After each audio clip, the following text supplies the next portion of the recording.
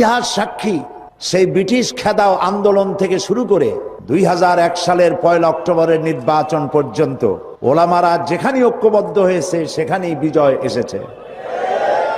আমরা লক্ষ্য করে দেখেছি ইরানের মুসলমানেরা তাদের সাথে আমাদের আকীদার অনেক বেশ কম আছে, কিন্তু তারা যখন ঐক্যবদ্ধ হলো, ইরানের ওলামারা আয়াতুল্লাহরা যখন ঐক্যবদ্ধ হলেন, তখন আমেরিকার মতো বিরাট পরাশক্তিকে তারা পদানত করে ইসলামী রাষ্ট্র, তাদের ভাষায় তারা ইসলামী রাষ্ট্র প্রতিষ্ঠা করতে সক্ষম হয়েছে এবং আমেরিকাকে পদানত করেছে।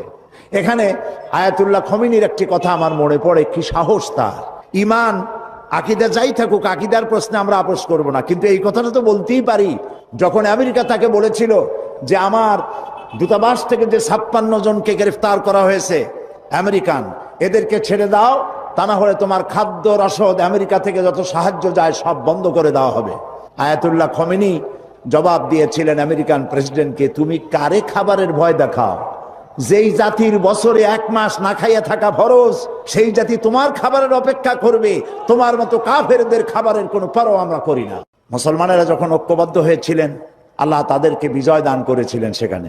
ঠিক এমনি করে পাকিস্তানে যখন সর্বশ্রেণীর ওলামায়ে কেরাম যখন একটি সংগঠন কায়েম করলো, সমস্ত ফিরকার মাকতুবায়ে খেয়ালে সমস্ত আলেমরা যখন ঐক্যবদ্ধ হলো, পৃথিবীকে অবাক করে দিয়ে ইসলামী শক্তি সেখানে বিজয় লাভ করলো।